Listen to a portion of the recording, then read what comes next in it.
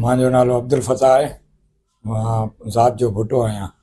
मुंहिंजी शादी थियल हुई सुमरन मां, तलाक भी पाण वठी वई आहे ऐं हुन खां अलावा 2,72,500 माखों वठी वई आहे फ़ैसिलो कराए।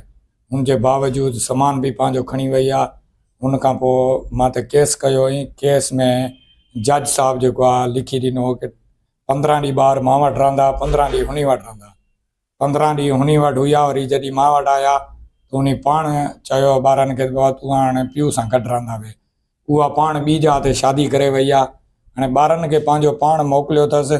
हाणे हुनजा भाउ जेके आहिनि ब्लैकमेल कयूं, धमकियूं ॾियनि था मारण जूं। मूंखे ड्यूटी ते नथा वञणु ॾियनि, ॾियारी ते वेंदो आहियां FFC में, मूंखे नथा वञणु ॾियनि। हाणे ॿारनि खे एॾो दामान कयो अथनि, न ॿारनि खे मां पढ़ाए सघां थो, स्कूल नथा वञी सघनि ॿार, ऐं क़ुर शरीफ़ पढ़ण जे लाइ नथा वञी सघनि। ॿारनि खे मां लुकायूं वेठो आहियां। अॼु मुंहिंजे भाउ खे फ़ोन कई अथसि कि मां जेको आहे तुंहिंजे भाउ खे मारींदुमि ऐं मां पुलिस खां ढकाईंदुमि, मां तुंहिंजी चुत कुटाईंदुमि। मुंहिंजे भाउ सां विड़ियो आहे। मां हुयुमि काॾे ॿिए पासे, होॾो हाणे मोटियो आहियां। मां नंढड़नि खे वठी आयो आहियां। महिरबानी करे मूंखे तहफ़ुज़ ॾिनो वञे। मां ग़रीब आहियां, मां वटि एतिरा पैसा न आहिनि उन्हनि खे पैसा ॾियां। 5 लख रुपयो घुरनि था मूंखां, चवनि था 5 लख ॾे त पोइ ॿार बि तूं रख ऐं तुंहिंजी जान छॾींदासीं, न त तोखे मारींदासीं। साईं सुमरा आहिनि, कामरान सुमरो, इमरान सुमरो ऐं कमर सुमरो। इमरान जेको आहे उहो मां सां गॾु हुते सिक्योरिटी में ड्यूटी कंदो आहे। उहो जेको आहे हिननि खे ॿुधाईंदो आहे कि हाणे ड्यूटी खां हे निकितो आहे। उहो 2 ॼणा भाउ आहिनि जेके उहो रस्ते में मां सां विढ़ंदा आहिनि अची। हिन मामले में उहो पाण आहे कोन हिते काॾे पंजाब लाइ शादी ते पहिरें ॿिए मुड़ुस सां गॾु। उहा हिते आहे कोन, हुन सां राब्तो मां करे न सघियो आहियां। ॿारनि सां हुननि अॻे ॾींहुं ॻाल्हायो, हुननि 4 कपिड़ा बि ॾेई छॾिया आहिनि हिन खे ऐं हिननि खे चयो अथसि बसि पीउ वटि रहो, तव्हां हेॾे न अचिजो। मां हर शइ छॾी, जेकी बि हिन ते कोर्ट रखियो आहे, जुर्मानो जो कुझु बि रखियो आहे, मां हर शइ छॾी। तव्हांखे बसि पीउ संभाले, पीउ ॼाणे, तव्हां ॼाणो। मां अपील कंदुमि हिन खे DSP साहब खे, SP साहब खे, ऐं महिरबानी करे मां टॉर्चर न कयो वञे।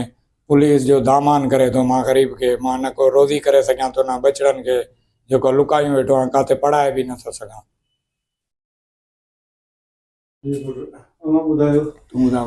जी असांखे फ़ोन करे मां सां नानी ॻाल्हायो, चयो अचो तव्हांजी माउ जी तबियत ॾाढी ख़राबु आहे, साह बंदि आहे, लेकिन असांखे उहे कूड़ हणनि था, चवनि था कि तव्हांजी अम्मी जी तबियत ॾाढी ख़राबु आहे, लेकिन असां वञण बि न आहियूं चाहींदा। असांजे पीउ ग़रीब आहे, उनखे चवंदा आहिनि 5,50,000 ॾियनि या 2,50,000 न अचे, असां तव्हांखे वेचे छॾंदासीं। असां पीउ खे धमकियूं ॾियनि था।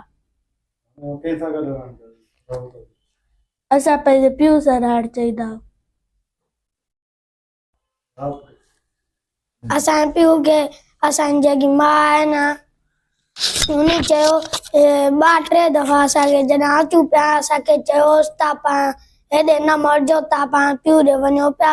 ऐं ॿियो जेको आहे असांखे पाण पीउ सुखो रखे थो। ऐं 2-3 ॾींहं असां ट्यूशन ऐं स्कूल कोन विया, असांखे पाण पीउ लुकाई वेठो। असां पीउ खे धमकियूं ॾींदा। जी साईं, कोर्ट पहिरें वियासीं, उहो केस कोर्ट ख़तमु करे छॾियो हुयो। ॿार मूंखे 15 ॾींहं लिखी ॾिना हुयईं, पर उहे मूंखे घरवारी जेको आहे चयो आहे बाबा तूं रख ॿार, त ख़तमु थी वियो केस। वरी मुंहिंजा साला मुंहिंजी घरवारी खे टॉर्चर करे, उहो थोरी आहे सादी अणपढ़ी आहे टिप, हुनखे टाइम बि कोन ईंदो, हुनखे मिड़ई थपा थुपी करे वरी वठी ईंदा अथसि कोर्ट में। वरी दुबारा हुन केस खे अप कराया आहिनि, केस हले थो, को मसइलो हल न थियो आहे वरी।